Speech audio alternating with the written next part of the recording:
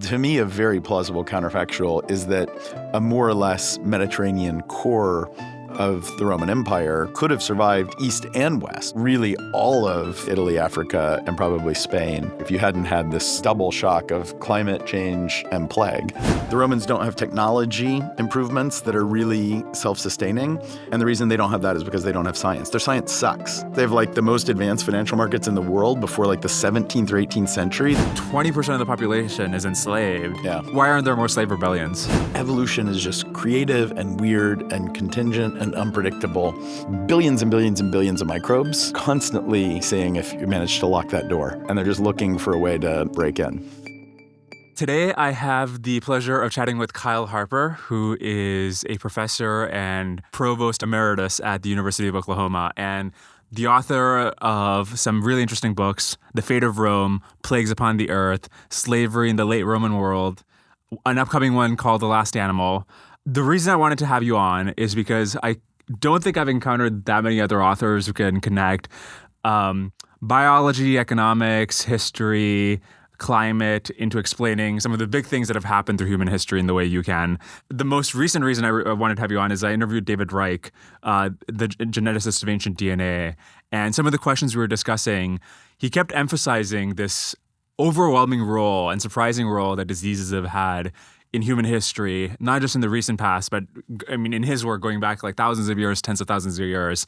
And he's like, you got to have Kyle on. I emailed him afterwards, like, who should I interview next? And he's like, you got to have Kyle on. You have this graph in The Fate of Rome. Yeah, you show human population over the last few thousand years. I assume that these two down spikes are both the bubonic plague, Yersinia pestis, right? Yeah. And so this is not like some small little nudge you can see. Like the overwhelming, I mean, other than the hyper-exponential growth in human population, the overwhelming, not just one, but the overwhelming two major features in human population going back the last 10,000 years is this one bacteria, right? One of the things you discuss in the book is that the collapse of the Roman Empire was a result of this one particular event. Well, I mean, the period that I normally work on is sort of from the High Roman Empire, so like the glory days of the Pax Romana in the 1st or 2nd century, which is usually where I start, through what we call the late antique or early medieval period, so the 6th or 7th century. And at the beginning of this period, Rome dominates this Mediterranean empire. It's what you think of when you think of ancient Rome. It's the largest city in the world. It's the center of this huge network. And then by the end of this period, the city of Rome has, we don't know, 50 to 100,000 people.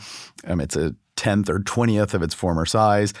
And I think we now can say pretty clearly that environmental factors like climate, but also especially diseases, play a part in that really big transformation. And well, there's a problem because we don't have the same kind of modern government mortality statistics that we do for like COVID or even for the last century or century and a half. We have to piece together from clues, but it's pretty clear that the bubonic plague events, whether you're talking about the Black Death of the 14th century, the plague of Justinian in the 6th century, these events are capable of causing death rates temporarily that are just orders of magnitude beyond what we're accustomed to. And even in these ancient societies, the reason why these were so shocking in a world where the death rate's always pretty high, probably several percent of the Roman population, 3-4% a year may be dying in a normal year. And so for them to just be utterly shocked by the death rate already tells you that it's some multiple of what they're accustomed to. I think you discuss in the book the possibility that the death rate might have been close to or even over 60% wherever the Black Death. So this is not just like – this is like literally the most significant thing. Yeah, it's mind-blowing. And I mean, in the case of the Black Death in the 14th century, it's pretty clear. It kills 50-60% of the population in entire regions. We don't necessarily think that it killed 50-60% of the whole continent, although that's actually not impossible. Right. But even the fact that it's killing 50% of the people in cities, in provinces, in countries is just beyond the damage that other plagues do. Right. And do you think that were not for this like 60% mortality event plus the fact that I think we haven't even discussed yet, this super severe cold snap, Do you think that the Roman Empire might have otherwise just kept going? Because you discussed like there were these two previous other big pandemics. Yeah. The empire still survives. I think Will Durant had this quote that the Roman Empire fell for longer than most empires have lasted. So do you think like be similar to China? Maybe there were a dynasty collapses, but fundamentally the same sort of cohesive nation reemerges. Yeah, I mean that's a great comparison, right? And not just sort of like decline and fall of dynasties, but also like geographic changes in the configuration that parts get added and parts get cleaved off, but you still kind of think of it as fundamental continuity in the core. Like that, to me, is a very, very plausible counterfactual. Like Justinian, the emperor in the 540s, he reigns from the 520s to the 560s. He's on a path of success. He's retaken Africa.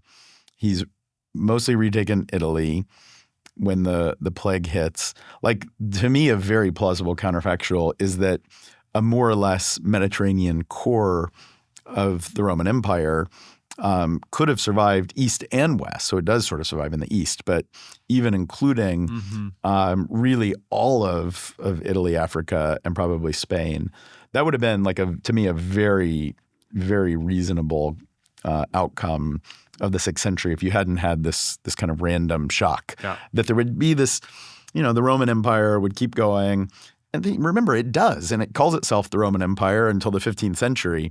But we would think of it as maybe more sort of like really the Roman Empire if it still included the Western Mediterranean and was this major, powerful, urbanized polity that resists invasion from the southeast, as happens in the 7th century. So yes, the answer is like I think that the Roman Empire absolutely could have had another turn, sort of as the thing that we kind of mean when we say the Roman Empire, this pan-Mediterranean, powerful, urbanized empire. Yeah.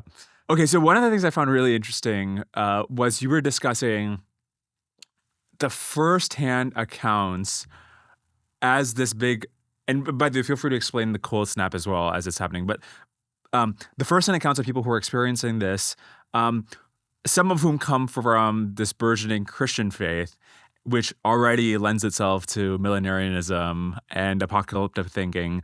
I'm curious, basically, how did different people try to make sense of like this once in a 1,000-year event that's super kind of like just intense? Clearly, people have to try and explain within the elements of a worldview that they have how something like this can happen, and they don't have modern science. They don't have germ theory. They don't think of it in terms of a biological event or a climatic event. And since that's come up and you've invited, I'll say a little bit about that. But this is one of the other really exciting frontiers where we're learning new things about the human past that we just didn't know 10 or 15 years ago.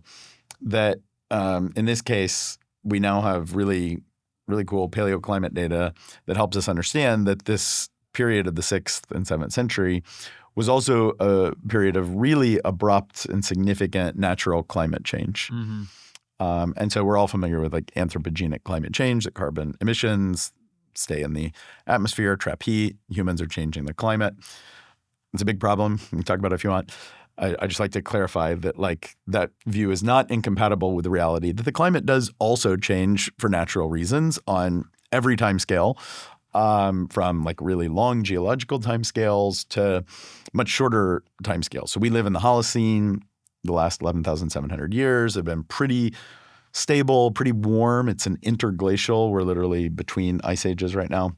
And it's been really stable in the big picture. And yet, even within that stability, there are smaller scale climate variations and climate changes. And because we need to understand how the Earth system works, how the climate system works, in order to be able to model what's happening, we need an empirical record of what the climate has done. So for historians, this is like great news because now we have a huge number of sometimes even pretty high resolution climate reconstructions for historical periods across the Holocene. And so we now know, like we did not know this 20 years ago when I started graduate school, say, that the Roman period experienced some really abrupt episodes of climate change. And in this case, the 6th century, we know the cause, that there was a series of really significant volcanic eruptions. Volcanoes are very powerful, short-term climate forcing mechanism. They eject sulfur into the stratosphere. It aerosolizes and sort of creates a reflective shield that scatters the radiation entering the atmosphere. And so it leads usually to short-term cooling. And in this case, you had a series of really significant volcanic eruptions that cooled the climate for several decades, and in some ways, with the later series of eruptions, even like a century and a half. And it wasn't just a little bit cooler. It was like 1 degree to 2 degrees cooler, which we all kind of know now, like 2 degrees. This isn't weather. This is climate. So like 2 degrees doesn't affect your day, but 2 degrees globally is a pretty different globe. And so all of a sudden in the late Roman world, it's much, much cooler. Probably areas that have been wetter are now drier. Places that are drier may be wetter. I mean, it changes the hydrological cycle as well, which is more complicated. But in addition to the shock of the plague, you have this simultaneous and probably not unrelated shock to the climate system. And so we know that it was essentially challenging for agriculturalists. That when the sun is blocked and it's really, really cold and the wheat doesn't grow, your society then starves. And so the Romans get this like wham, bam, double shock of climate change, famine, and plague. And so back to how people explain this, yes, like apocalyptic thought is one of the principal sort of ways people frame it. To them, nature's going crazy. You know, huge amounts of the population are dying of this horrible sudden disease, and the crops don't grow. And you don't have microbiology and you don't have climatology. So you explain it in with the resources of the worldview you have. And there's a huge burst of like apocalyptic thought in the 6th and 7th century, which is always kind of there. I mean, you mentioned that Christianity's eschatological. It is, yes, fundamentally, but like that comes out in different ways with different sort of emphases in different time periods. And this is a period, the 6th century, when there's a really sharp emphasis on eschatology in Christian thought.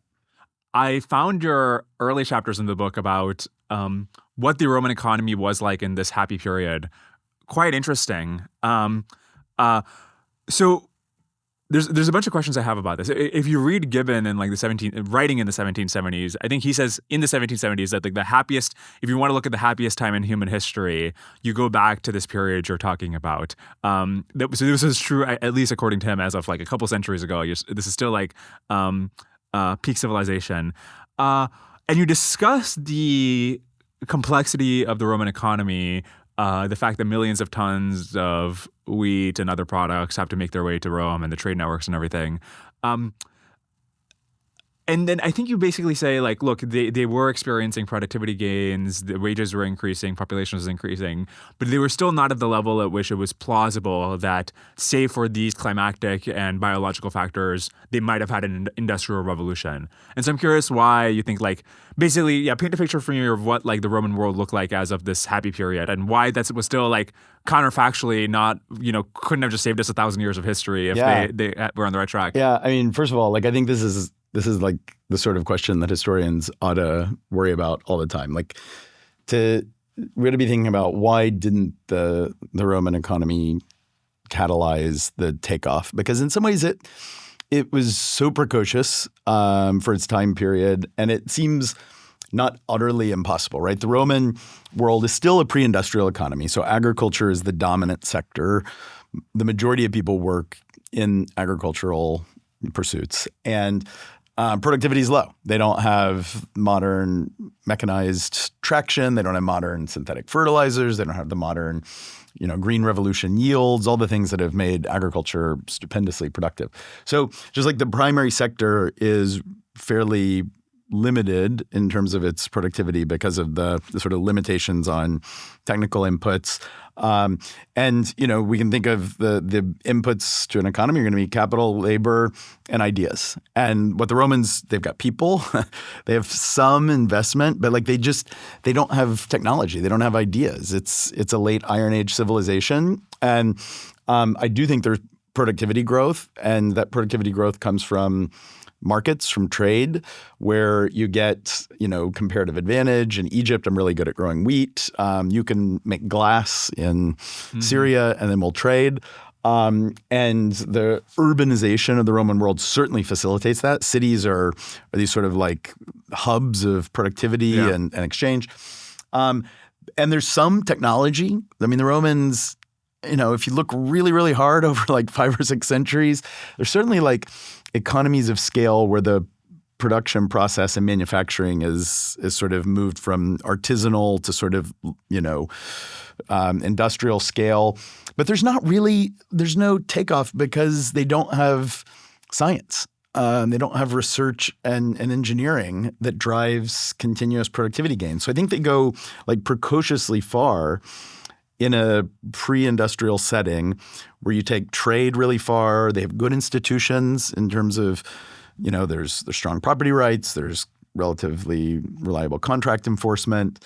There's financial markets. They have like the most advanced financial markets in the world before like the 17th or 18th century. There's impersonal financial intermediation. So like it's not like you have to know me and come ask me for a loan if you want to go, build a ship and go trade something. There are banks that take money from depositors and, keep balances and then lend out to debtors who want to go and do entrepreneurial things. So they have like so much potential, but there's no spark. You never see these sustained productivity increases. And I would just say ultimately it's because the Romans don't have technology improvements that are really self-sustaining. And the reason they don't have that is because they don't have science. Their science sucks. I'm offending some of my colleagues, I'm sure. Like Galen is great. Ptolemy is incredible. I love Pliny the Elder's encyclopedia. But like if you look in the big picture, the contribution that the Roman Empire makes to our knowledge of how nature works and then the applied technology that comes out of that is really pathetic for 500-600 years. And so they go as far as you can with Smithian advantages to market exchange and specialization, to banks and finance, but without the kind of creative destruction of new technologies that improve productivity, you're eventually going to run out of improvements. If you're like Augustus or some other Roman emperor and you're like, look, we've got this big economy, but I want to see productivity gains, and you want to make it happen somehow, what is it exactly? Is there something you like from a top-down perspective you could have done? I mean, in Britain, the government subsidizes the royal arts and so forth, and that's what I was going to say. Yeah, the Longitude Prize and so forth. But yeah. That's exactly what I was going to say. This happens first in France and then Britain, but you get royal societies for science where you're doing really. I would say there's like 3 things that are essential there. One is like the promotion of what we would call basic or fundamental science. So it doesn't all have to be like immediately practical or commercialized, that you're like promoting deep knowledge of nature. 2, you're doing it in an empiricist way. And this is something very important in the 17th century that the Romans, by contrast, don't have, is you have like the spirit of Francis Bacon that we need to ground our knowledge in experiment and observation, not just believe whatever authorities or Aristotle said. And that's very much the spirit of places like the Royal Society is we don't take things on anybody's word, especially like Aristotle's. And so you need basic science, you need empiricism, like this rigorous and self-correcting. And then third, you need a sense of useful knowledge. And that's the other thing that really comes together in the 17th century is not just the basic and abstract science, but the application. And the 17th century language for that is useful knowledge. And that is something that doesn't ever get wired together in the Roman Empire. There are tinkerers and engineers, but they're not talking to the mathematicians and the physicists. And so if you were from on high to like design self-sustaining innovation, I think you would want to bring those elements into proximity. And Augustus, unfortunately for them, didn't do it. Probably good for the world. The Romans are pretty nasty people in a lot of ways. I definitely am of the opinion that sort of the high science matters, that like Isaac Newton is not a tinkerer, right? He's not building like pumps.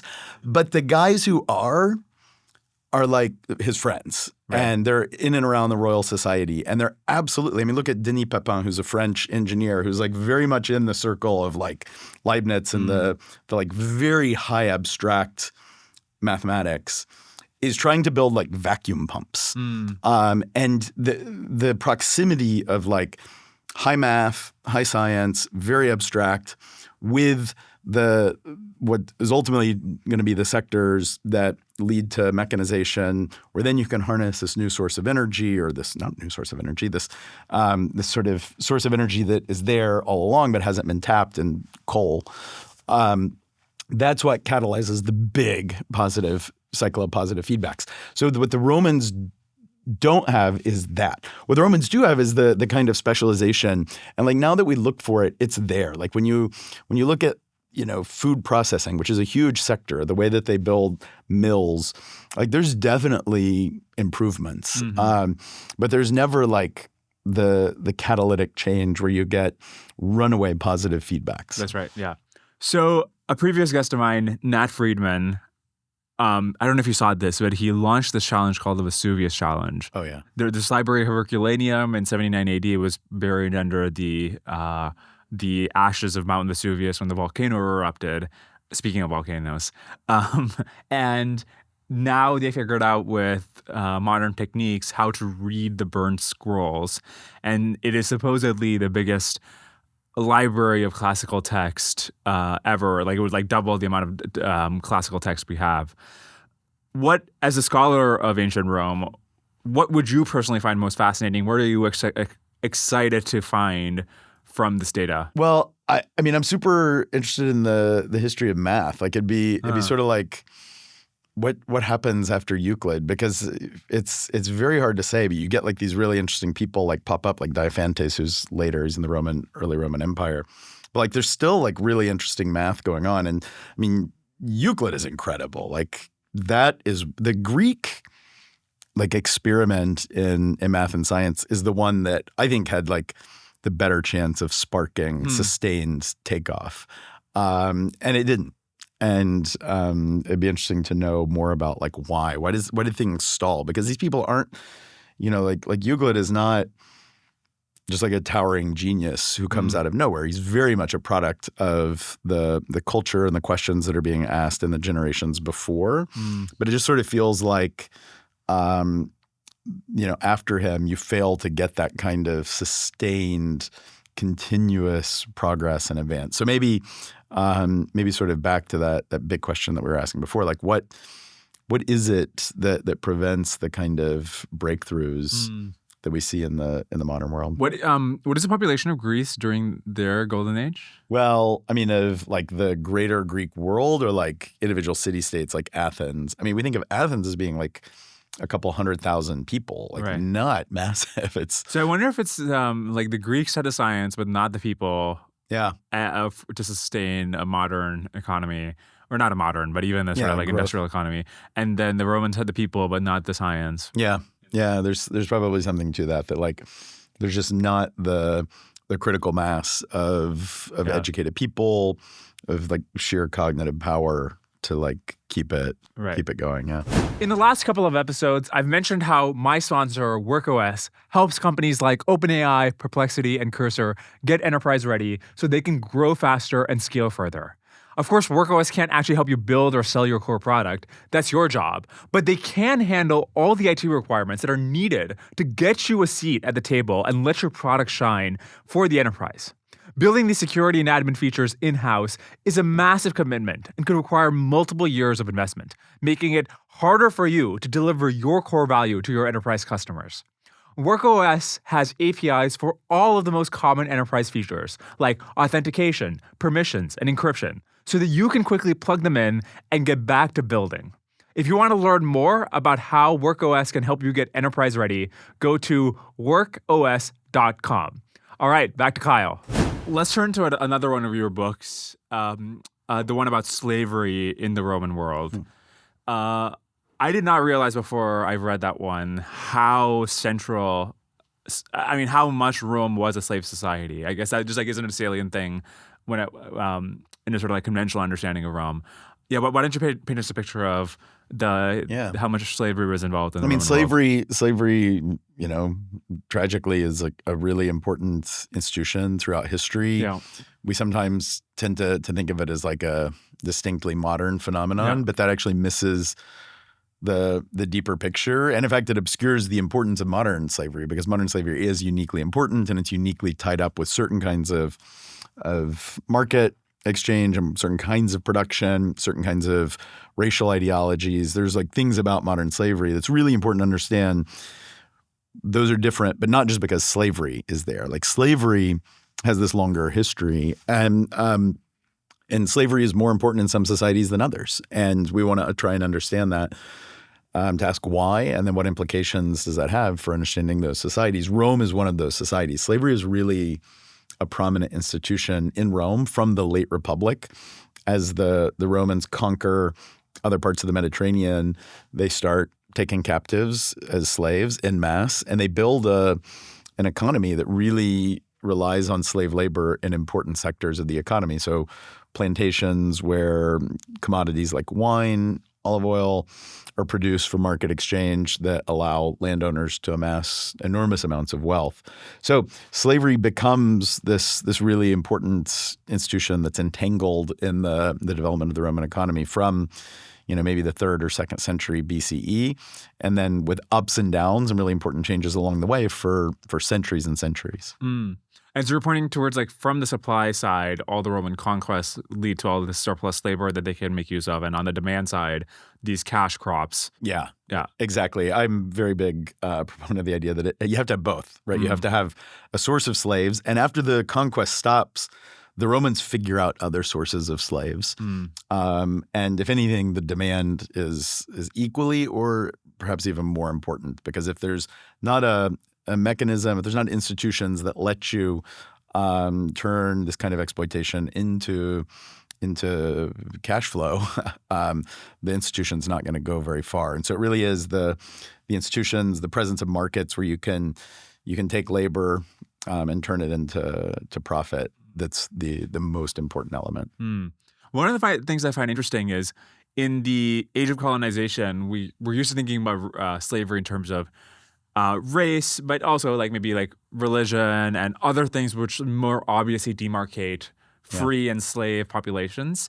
In the Roman world, it doesn't seem that that's clearly the case. Yet there's no abolition movement the way that emerges out of England in the 19th century or something, or maybe even before that. So. And the reason that's mysterious is look, if you're literally descended from slaves, if you're my grandfather was a slave, but then we were freed, and they're basically just like you would think that there would be more of a sense of not everybody would be an abolitionist, but at least some people would be writing about abolition and something. Yeah.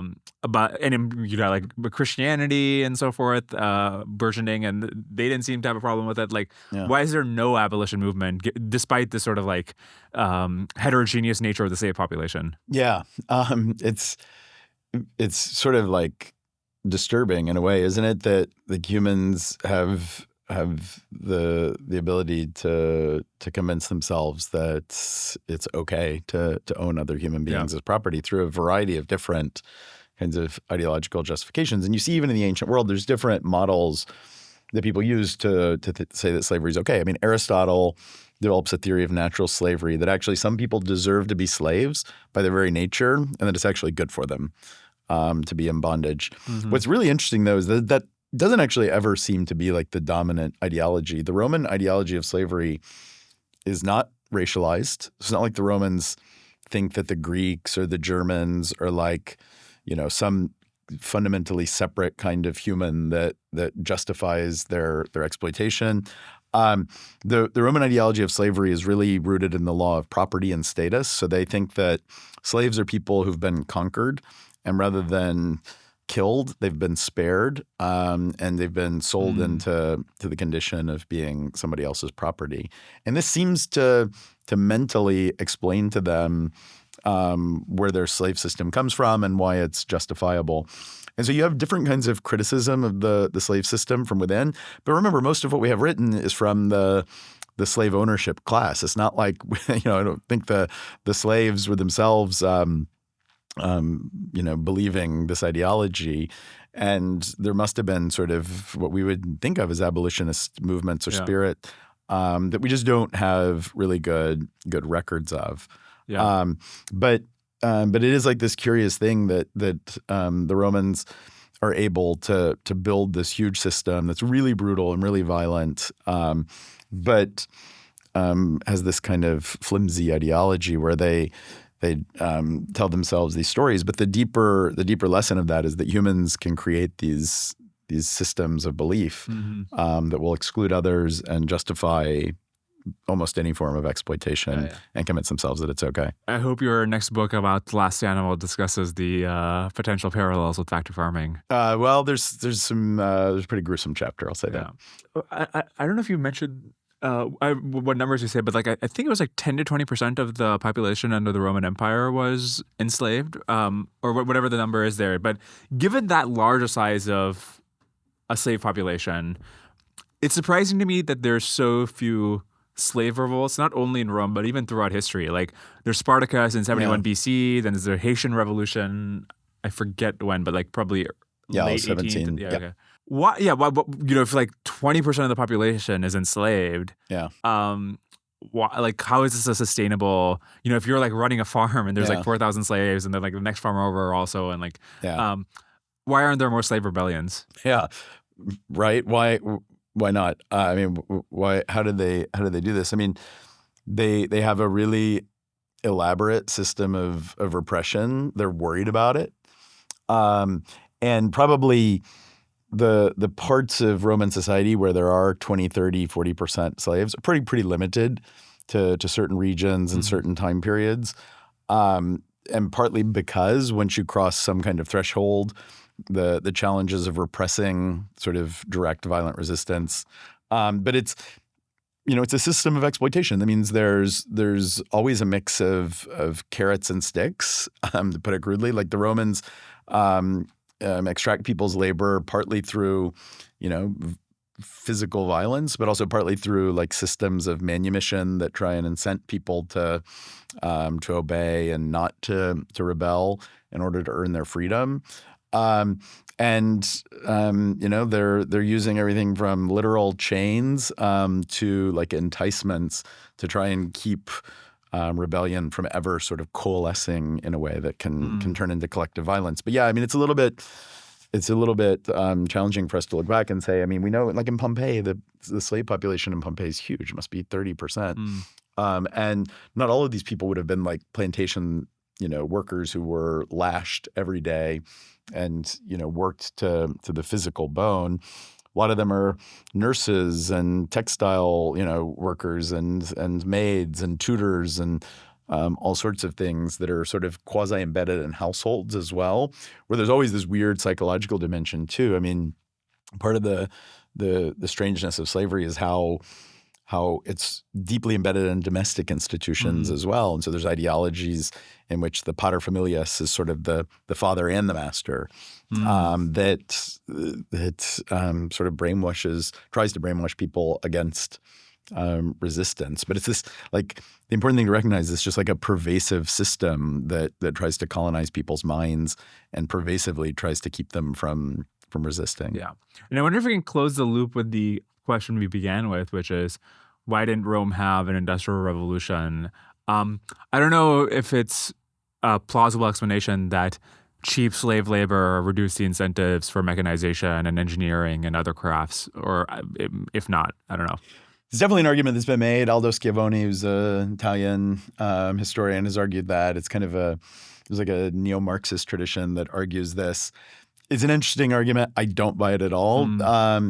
But the good version of that argument would just be that that the Roman Empire is using, in fact, slaves in many of the most forward elements of the economy too. We tend to I think because we know slavery is bad and we think progress in economic growth and innovation is good, we tend to think that those things don't go together.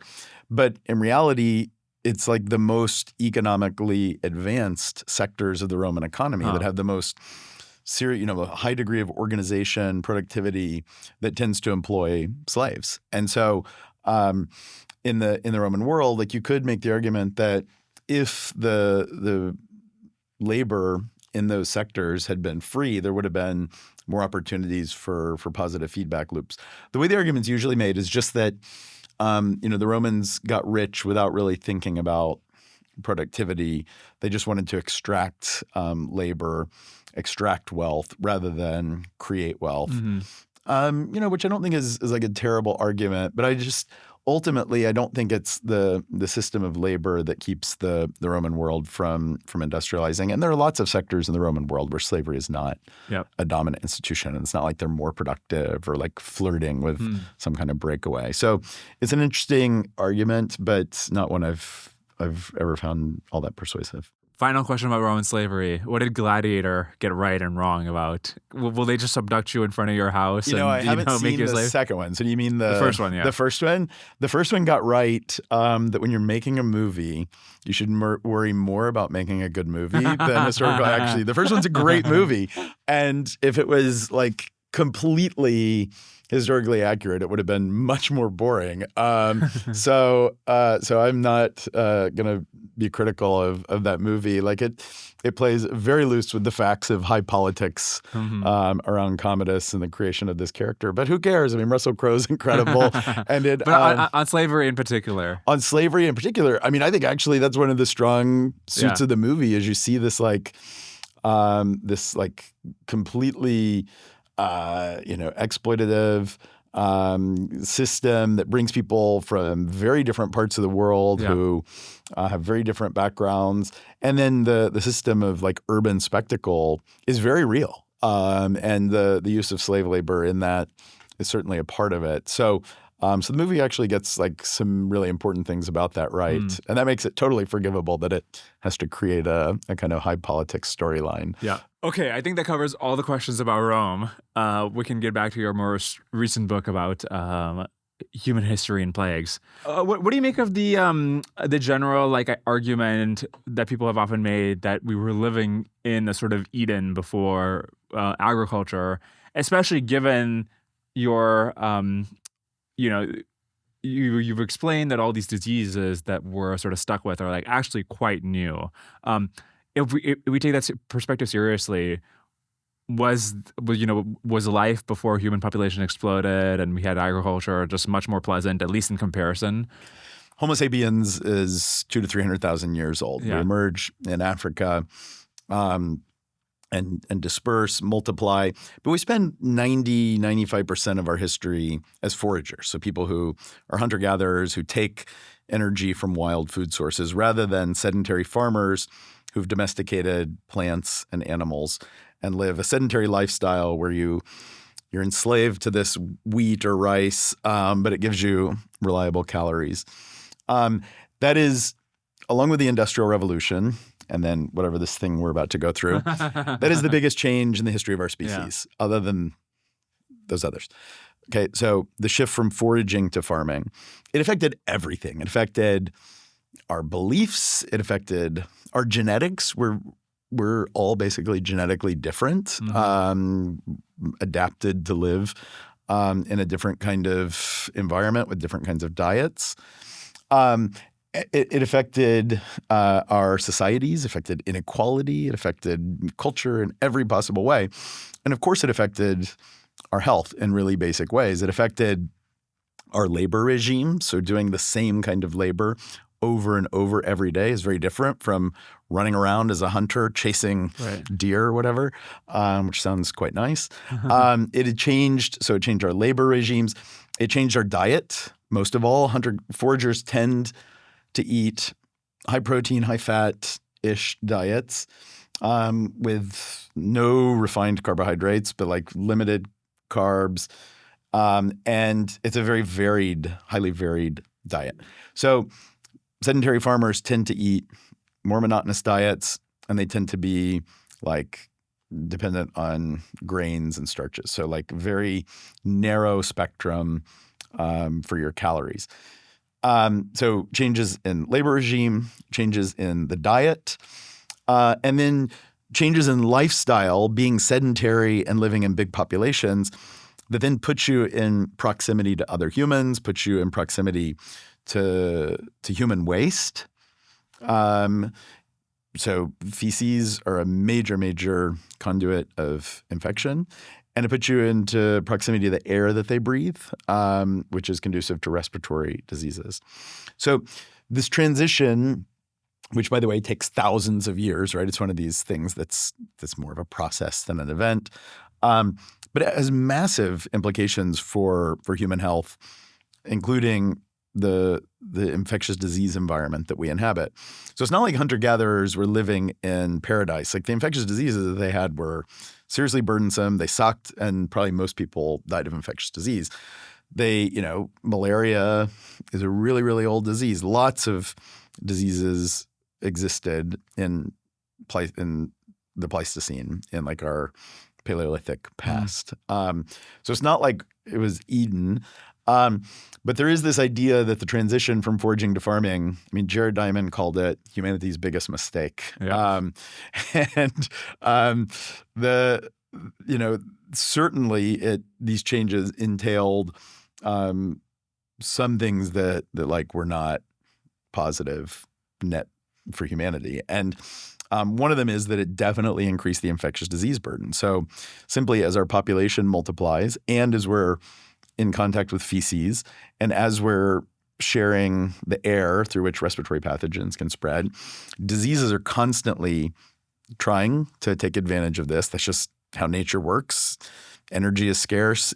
Everybody's trying to steal it from everybody else, including microbial parasites. And so the disease burden of humans over time definitely increases. And the burden of infectious disease on humans goes up over time. So very broadly across these thousands and thousands of years, the diseases that are suffered by, say, people by the time of the Roman Empire are absolutely much worse than what had been, the case in Stone Age times.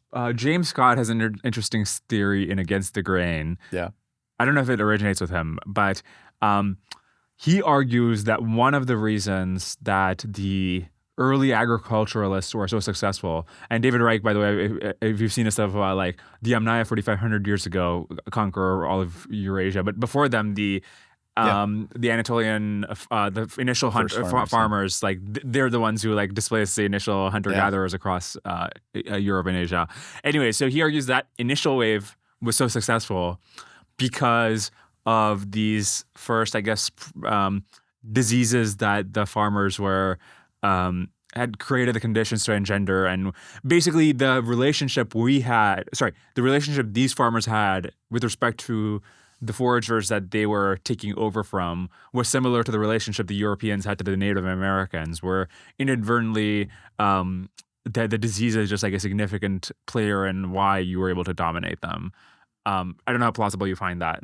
I mean, I would first say, like, it's important. I think you were starting to get at this, that there's never like a generation of humans that has the opportunity to make this choice once and for all. Like, should we stay like hunting, mammoths, or should we become sedentary farmers with like basically torturous dentistry, right, and die by diarrhea? Like, this happens over thousands of years through an evolutionary process where nobody can. It's a story of unintended consequences, right? I mean, the mammoth are gone partly because we killed them all. And so people start, like, the first livestock that are domesticated are goats. And nobody says like, hey, let's become goat farmers. The goats are wild. They're ibexes, and people are hungry.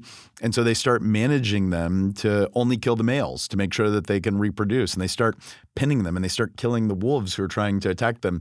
And over very, very, very long periods of time, this becomes this tight mutualistic relationship where all of a sudden we're goat farmers, Yeah. But no generation makes that whole decision for anybody. So that's part of it, is that it's unintended consequences that are made in very, very incremental steps. And then two is, like, I definitely agree that there's some kind of like cultural selection here, where the farming groups are simply so much more adapted to extract energy efficiently from the environment, right? It's all about energy. You want to multiply, you want to grow, you want to survive.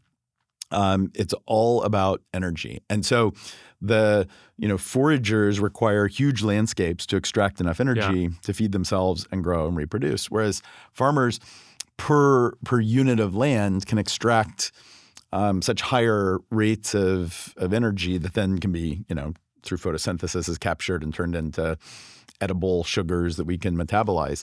And so those populations are just growing faster. That they, quote unquote, outcompete the hunter-gatherer populations, say of Europe, that are largely but not completely displaced. Now, on top of that, so just like the energy story alone is a big piece of it, but then on top of that, you probably do have some kind of population difference in the exposure and possibly even immunity to infectious diseases. So I definitely think that early farmers, the first farming societies that are starting to live sedentary lifestyles where you have aggregations, these are not cities, these are villages. But still, that's more than like a hunter-gatherer band. Right. And your childhood is then going to be constant exposure to a series of pathogens. Those kinds of populations, when they're then migrating into Europe, are probably carrying these pathogens with them that may have had a kind of further effect that on top of just being able to extract more energy and multiply faster, drives up the mortality of the existing populations. Yeah. The point you made about fertility is interesting. I can't remember where I saw this, and it might be wrong, but I vaguely remember reading that for it's not just the fact that you're not like the energy density is lower. It's that like you're also moving around a lot, right? And so that because of that, you're spacing out kids much more so than if you're just like in the same place. And I think like the actual fertility for foragers is like sort of like a reasonable.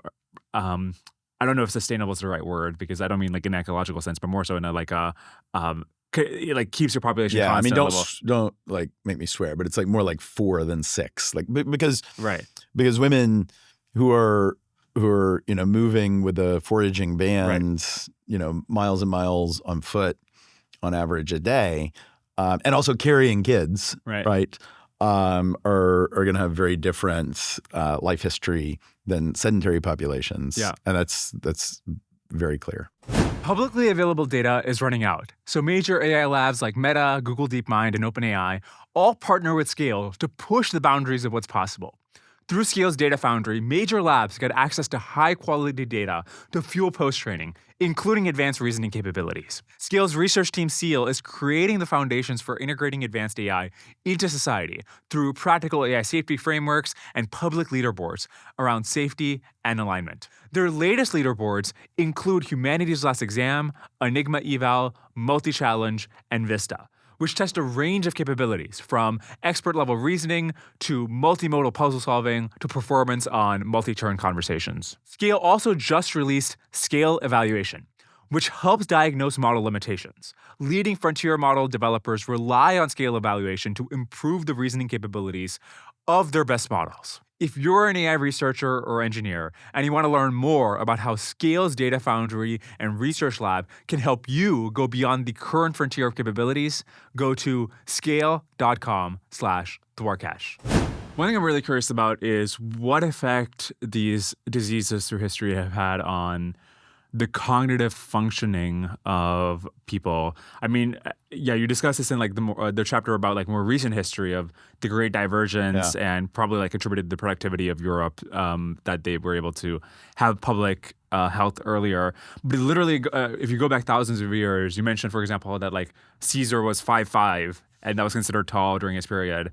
Did the same diseases and malnutrition, whatever it was that caused these physical health effects also mean that like the average IQ was much lower just because of like, you're like when you're a kid, you're sick and that steals away nutrition from brain growth or something? Yeah. Short answer, yes. Long answer, we know that in the modern world, like say over the last 250 years, first in Western European societies and their settler offshoots, and then more globally and more rapidly globally, there have been really deep physiological changes in the average human, right? So we're talking about populations with distributions. And what's happened is really two things. One is there's more energy per capita.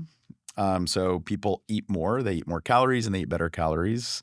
They eat lots of bad stuff too. But like people eat more. And two, the burden of infectious disease has been lowered. And the growth for a human is a very complicated trait that's influenced by genetics. So, I was never destined to be, super tall. But it's also affected by environment, which includes, but is not limited to, what you put in, nutrition, and then what you spend either doing labor or what you spend fighting infectious disease. Infectious disease imposes a huge burden on the body. The immune system is extremely metabolically expensive. And so if your childhood is spent just fighting infectious diseases, you're going to struggle to invest energy in growth. Yeah. So there's massive increase in the size of populations over the last 250 years. And even though it's a even more complicated trait, this improves people's cognitive abilities. Right. People are smarter. Like, may not feel like it, but I think it has rapidly leveled off. But people are more intelligent today than they were 100 years ago. Their brains are better nourished, and their bodies spend less time fighting pathogens. So I think there's no doubt that pre-industrial populations, and again, populations, so you still have, your Isaac Newtons, who whatever infected him as a kid didn't slow him down. But Right. But at the population level, I think there's no doubt that not only were pre-industrial populations shorter, this is just a total fact that we know from their bones, but they probably also, on average, had sort of a lower distribution of cognitive abilities, but with a big distribution. Yes, you have a great profile in the book about like living in London in the 18th century and just like how disgusting it was. Pretty disgusting. But at the same, literally at the same time, in that city, you were just mentioning, there's these scientists and people with like towering intellects who are basically figuring out how the universe works and how to make all these machines and so forth. And so one answer is just like what you just said, like, look, the distribution was lower, but that's still like maybe Newton would have had an IQ, a standard deviation higher, and if he was born today. But it just like seeing that from the small population, you're seeing so much genius. Yeah, I guess the question is, how could you have had this much of a deleterious impact on cognitive functioning and still had enough spare geniuses to kick off the Industrial Revolution? Yeah, I mean, obviously it didn't keep them from discovering some pretty amazing things. So it couldn't have been completely destructive. But that's one of the things that's interesting about the early modern period in the 17th, 18th century in particular is it's sort of this between period where you have sort of the pre-industrial and the modern that are still like mixed together in these really interesting ways. And so, the example I use in the book is the very famous diary of Samuel Pepys, who's this incredible figure and is like very close to Newton and that social group. And, his name is on the first edition of the Principia, right? I mean, these people are like this close to each other, but like, the stuff that I evoke, I won't, this is a family podcast. I don't want to say, but like, the stuff that Pepys does, bodily functions is like mind blowing to us. It's vile and disgusting. But at the same time, like, right down the way, you've got people who are making the most fundamental discoveries about the nature of the universe and inventing machines that will improve productivity and ultimately economic output. So that's what's precisely so weird and interesting about that particular period is you have this kind of mingling of the old and the new. Yeah, when I had Joseph Henrich on, one of the things he discusses is if you look at, Cultural Evolution has figured out some remarkable things, right? If you look at the cuisines of different cultures, apparently the the spices they use match the antimicrobial and antifungal properties you need in that particular biome. At the same time, you're like watching, reading that part of the book, I'm like, okay, I get in some cases they just genuinely did not have the resources to invest in public health and so forth. But like, come on. I don't know if I should mention some of these things as well, but like, you're just like sleeping in your own vomit and so forth. Like, why didn't Cultural Revolution or some like foresight just be like, hey, like this we can sort of like do without? Yeah, I mean, it's a deep question. And what I think we don't think enough about is how in a really fundamental way, how hard are some problems to solve? Like some problems are just like very, very hard to solve. And even though the incentive is really there, you think, that took a really, really long time to figure out, even though if you'd only known, like it would have made your life so much better. And like, you know, it also like there's tons of trial and error, right? So the example that comes to my mind is the invention of vaccination. Which is like one of the great human achievements. Like of all the public health improvements, it's the most important one. Public health is never perfect. It's this like system of like 6 or 7 really critical tools that involve clean water, personal hygiene, vaccines, antibiotics, different kinds of therapeutic interventions or rehydration therapy. And we can't like fend off all the germs. Like you have to have all of that and you can sort of like achieve this equilibrium state where you mostly have it under control. Vaccination's like the most important one. And it took forever to find the first vaccine. And it took this huge period of like all kinds of weird trial and error, like inoculation with the actual smallpox, which is very, very dangerous, not vaccination. Vaccination uses cowpox, the lymph of an infected cow, to intentionally cause the immune reaction of humans.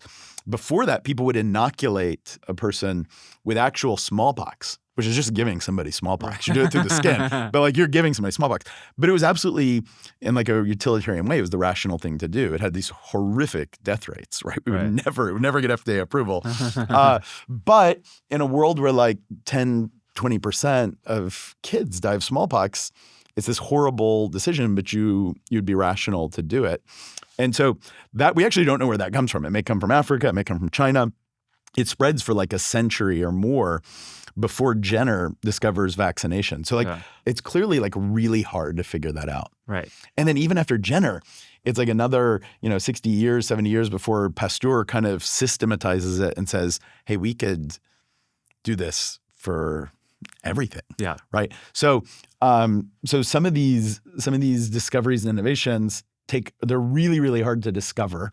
But then the beauty of cultural evolution is that we can store that information and you and I don't have to figure out any of that. We can go on to the next problem because that's now been like collectively stored in the library of cultural evolution. It's known, we don't even think about it most of the time until it's controversial. But like what a blessing to live after people like Jenner and Pasteur who figure that out. There's this great blog post by the author 𝐊𝐿𝐒 where he's discussing. Wait, author what? You don't know internet culture, There's a bunch of weirdos out there. I live in a different world. Sorry.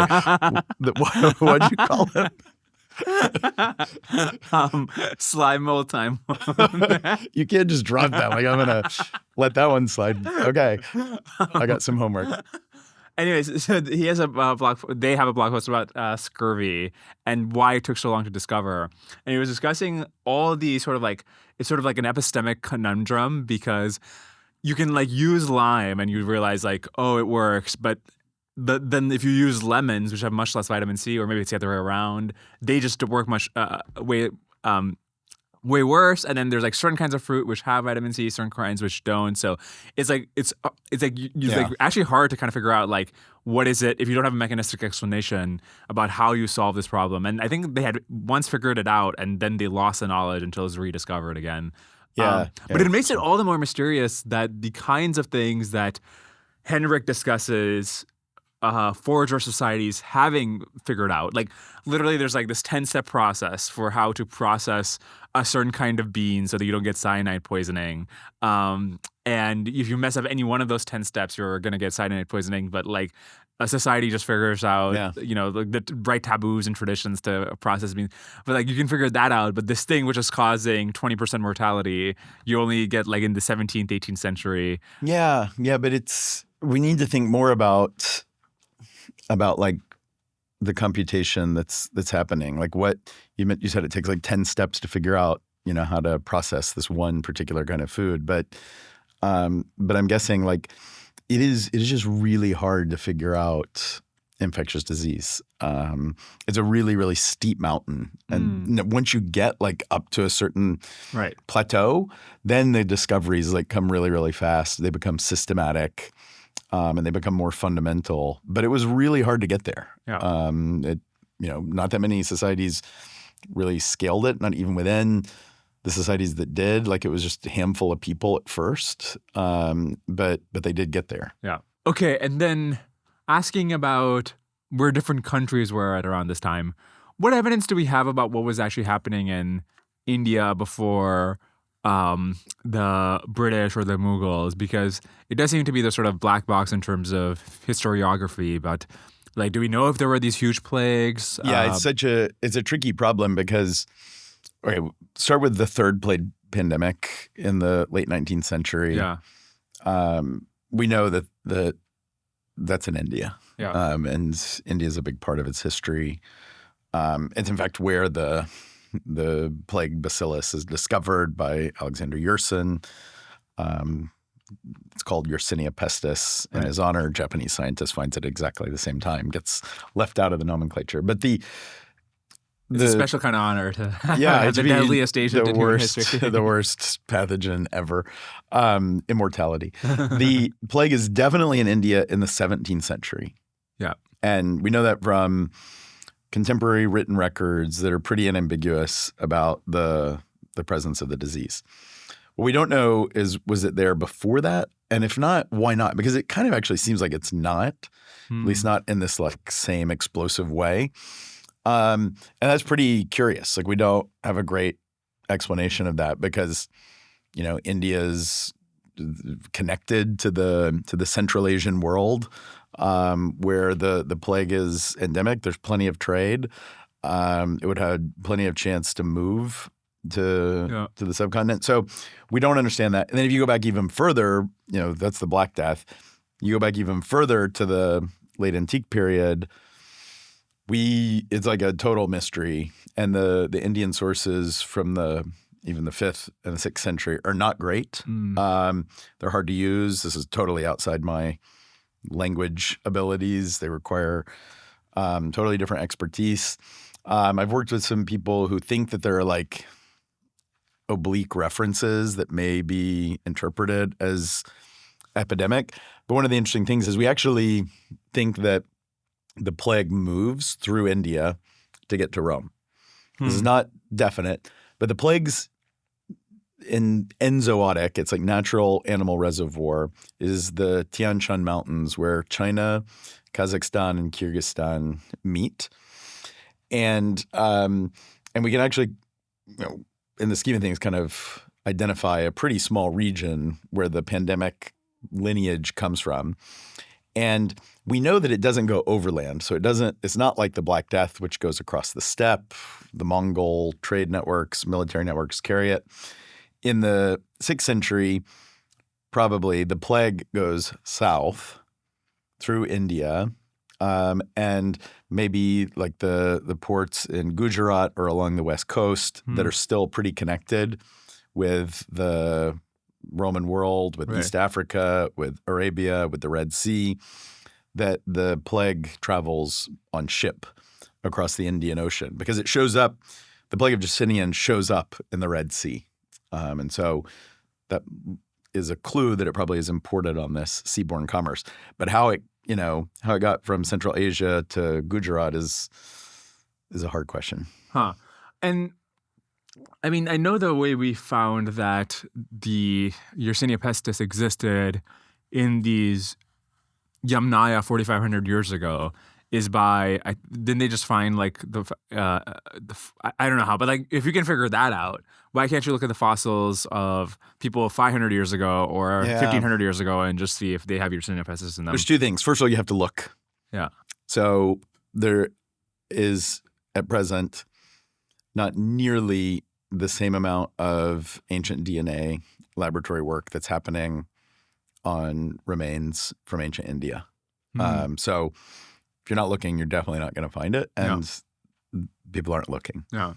Secondly, it takes a lot of luck for it to preserve. So the DNA molecule starts degrading the second you die. It just starts falling apart. And even in the best of cases where we're getting it from, usually you're getting it from, if it's pathogen, usually getting it from the dental cavity. If it's human DNA, you're getting it from the inside of the skull. But it takes a lot of luck for it to preserve because the soil conditions will affect the degradation. The temperature will affect the degradation. And just in a crude sense, heat is bad. And so that's why there's more DNA, ancient DNA that's preserved at more northern latitudes so far. But it has as much to do with the fact that people aren't looking.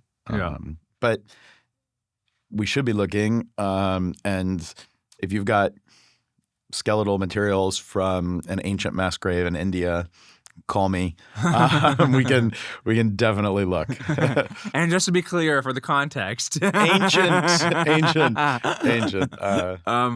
Going forward to the future a little bit. Speaking of future technology, maybe the one that's more relevant than AI is synthetic biology. And there's a worry that you can potentially create diseases which maybe the evolutionary gradient is one that is like not catastrophic, where diseases are incentivized to be transmissible but keep you at a chronic level of infection that doesn't necessarily kill you immediately. Actually, it's interesting why the bubonic plague diverges from that selection pressure, which maybe you can answer. But what do you think about the potential that with synthetic biology, people can make diseases that have the transmissibility of measles, but also the deadliness of something like Ebola? Is that, given your understanding of biology and whatever, is that, how plausible is that? Well, let me start with the plague, where I'm a little more comfortable can say something as a knowledgeable person. But I think it's relevant because you said it's weird that the plague seems to sort of evade some of these evolutionary constraints. And it's worth just saying what these are. Like a pathogen, is a disease-causing organism, a microbe, usually a virus or a bacterium, but also fungi and single-celled organisms like protozoans that cause disease in a host. But they're not trying to cause you disease. COVID doesn't hate you. Plague doesn't hate you. It's just evolution. It's just trying to steal energy or hijack your cells to reproduce its genes. And in fact, it has incentives to try and do that as well as possible while doing the least possible damage. And so it's always kind of trying to thread that needle or to find the right balance, because if a pathogen just kills you instantly, there's nothing to steal, and it can't transmit its genes into the next generation. And so it's every pathogen has these basic evolutionary problems. How do I get from one host to the next? And how do I evade my host's immunity, which our immune systems are incredible, for long enough to multiply? And so most pathogens, this is clunky. There's not a perfect equilibrium, but they have to explore this space where there are these various constraints. And they find all sorts of weird ways around it. And evolution is really, really good and really, really creative, unfortunately for us. And just the tricks that they find to hide inside your immune system or to fake it out are really, really wild. But I think there's two reasons why plague is so weird. And we don't completely understand why plague is so weird, but I think there's two basic reasons. One is that it's vector-borne, which means that it's transmitted through another organism that is the intermediate. And arthropod or insect vectors are really annoyingly, helpful to certain pathogens. And there's actually a relatively small number of diseases that are transmitted through a vector like this, but they tend to be really, really nasty, like malaria, typhus, and they can kind of get away with it because even if like you're dying, a mosquito can come and bite you and transmit malaria to me. Plague is a vector-borne disease, and it's very, very well adapted to transmit, particularly by fleas, but we think also maybe by lice and other biting organisms. But really by fleas, it's really, really good at transmitting by fleas. And that's evolution. Actually, this is one of the cool things with ancient DNA we've been able to like piece together at the like absolute molecular level, the genetic changes that let it make this protein that like have this effect in fleas. It's really weird. It forms this biofilm in the gut of the flea that like chokes it and makes the flea feel like it's starving. And so the flea just starts feeding and feeding and feeding. And meanwhile, it's regurgitating bacteria. So can I ask a question about that? Why is it the case? Because there's diseases that hijack the flea's mind or ants' minds or something. Are there like why isn't there a disease that makes humans zombies? Is it just the human brain is like so complicated that it's let me come back to this. We can talk about zombies, but we need to wind up for that. Okay, so one, flea. So the plague is vector borne, and it's really, really good at like manipulating the fleas, and that's just evolution. Two, I said this before, but it's an animal disease. We're like collateral damage. We're totally irrelevant to the like really core evolutionary history. The plague just wants to infect rodents. Of course, it's not really like wanting to this. Right. The plague makes a living. It survives out there in burrowing rodent colonies. We're like tertiary. I mean, it doesn't care at all. And so it has no evolved incentive to modulate its virulence to be able to transmit sustainably. Plague never sustains itself in human populations. Yeah. It can transiently infect human populations, but then it always dies out. It becomes extinct, that lineage. And then what happened? What is the reason that like you have these 1,000 year like what cycles basically where why is it not 500 years? Why is it not 10 years? Why is it like what causes it to go dormant? What causes it to reemerge? Yeah, you need to ask me in 5 years because we've learned so much, and now this is like the thing that would fall in the category of like almost a new question now that we can ask, because now that we have the Neolithic lineages and the Bronze Age lineages, we're starting to like piece together this fuller history, but we still don't even like totally understand the boundaries of when is the plague really sort of not circulating in human populations, and what are the factors that cause it to be so explosive? Like, is it evolution of the bacterium? Is there something about the genetics of the lineages that escape from the animal reservoirs that are like especially transmissible? Is it human ecology, like that we put rodents, like black rats, in the right place to get the disease? Is that there's something about the climate stress that renders the population? We don't have a great understanding of like why the plague comes and goes. So that's scary.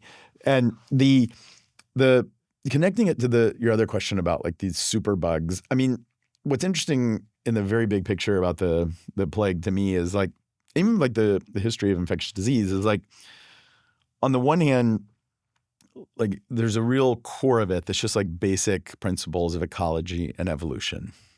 Right? I mean, we do certain things in the environment that creates the conditions that pathogens can evolve and take advantage of. But on top of that, like evolution is just creative and weird and contingent and unpredictable. And it's those little like contingent facts that can end up having these really, really huge effects. And so in the case of the plague, like you would never – if you were like really, really knowledgeable about the basics of ecology and evolution of disease, you would never be like, I think that, every now and then a rodent disease from Central Asia is going to wipe out half of the continent. Like that's not predictable. Right. That shouldn't be happening. And actually, that one's kind of an outlier. But like infectious disease is always kind of like that. I mean, tuberculosis has probably killed more people maybe than any other infectious disease. It's like this horrible disease. And it's just this, we don't really understand it. Now we really don't understand where it came from because it doesn't look like it has an animal host before it has humans. And it's just a weird disease. It's just a bacterial pathogen that in the huge world of bacteria, this one is very, very good at hiding. Mm-hmm. And so it gets in your chest and it just lurks. Yeah. And then it'll just waste you away, particularly if you're poor and you're stressed. And so like there's some core principles there, but then it's just like something weird about it. It's just like this terrible luck that makes it what it is. And so to me, like there's going to be another pandemic, you know, maybe bird flu, it may be something else. But like it's the real outliers and the weird ones that we should maybe worry about a little bit more than we do. Like if you want to go to zombies, like I'll go there. You don't have to twist my arm too hard, but like, you know, like prion diseases or like fungal diseases where we don't have nearly the same infrastructure and level of knowledge, biomedical research as we do for like bacterial and viral diseases.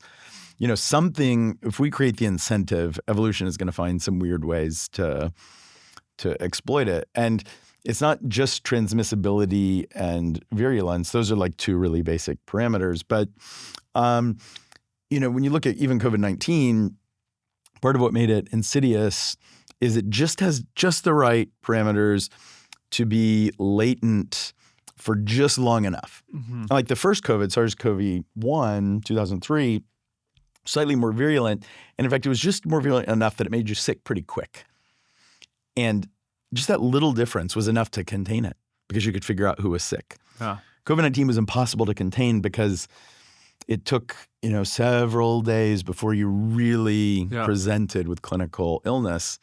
And it's just that little quirk that made it totally impossible to control through non-pharmaceutical interventions early on. Right. And so like, you know, follow that train of thought.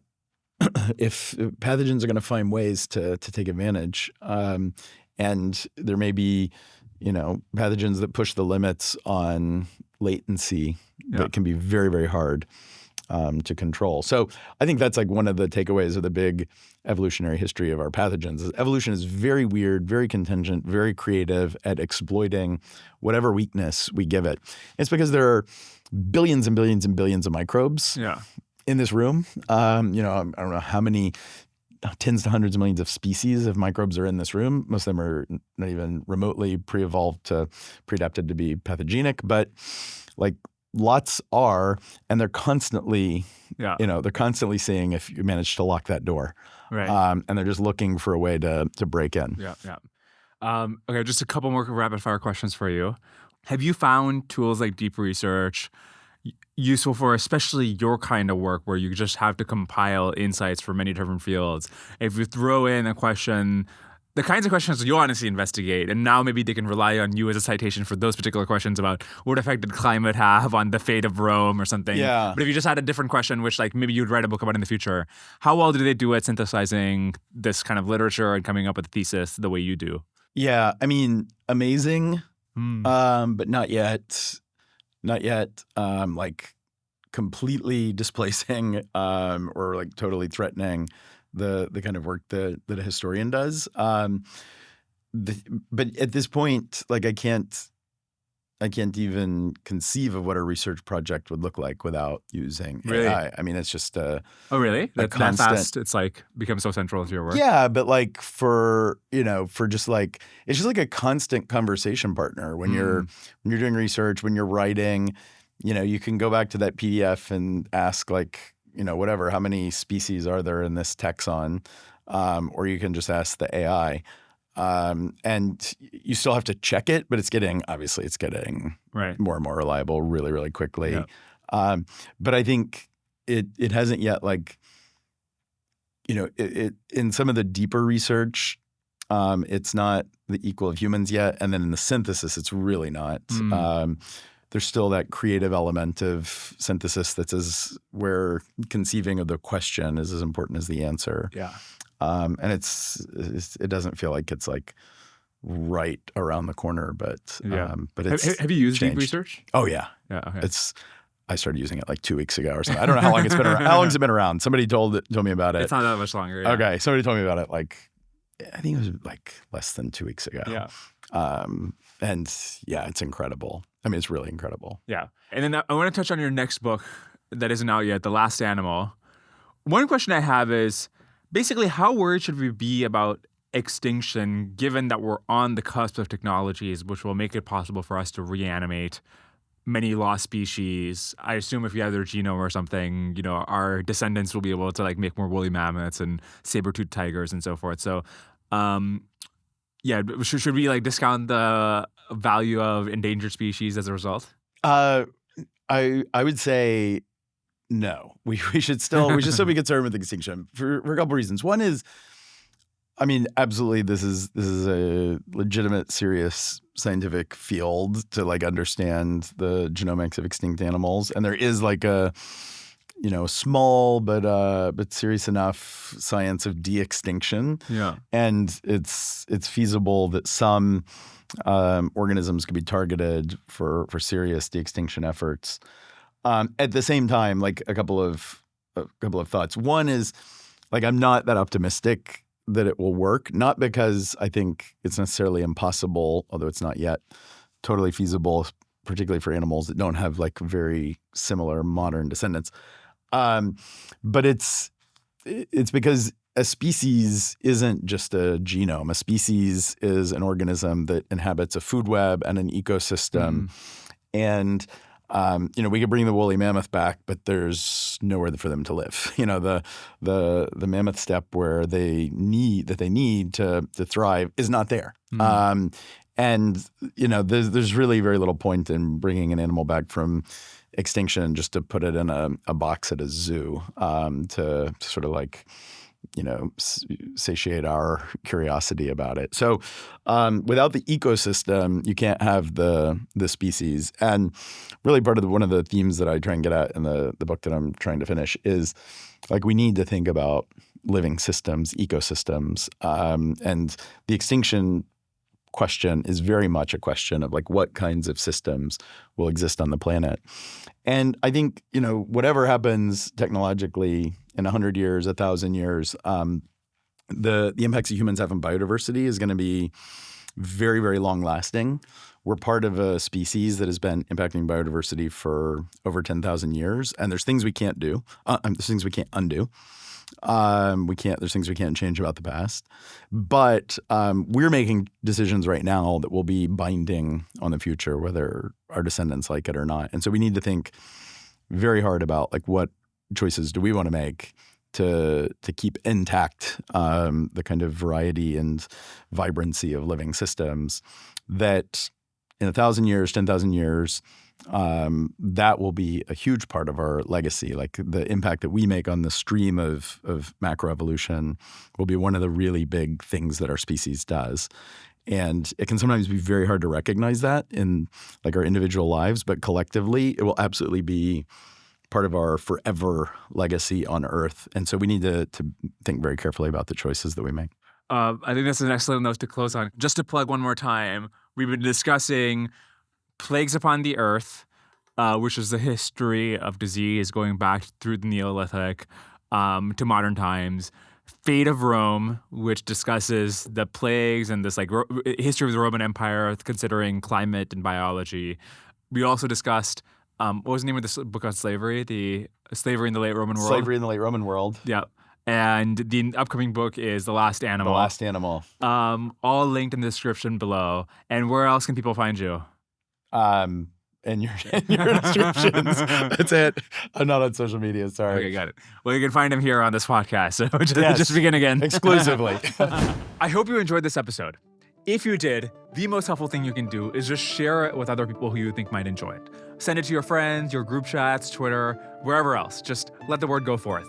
Other than that, super helpful if you can subscribe on YouTube and leave a 5-star review on Apple Podcasts and Spotify. Check out the sponsors in the description below. If you want to sponsor a future episode, go to 𝐊𝐘𝐎𝐶.com/advertise. Thank you for tuning in. I'll see you on the next one.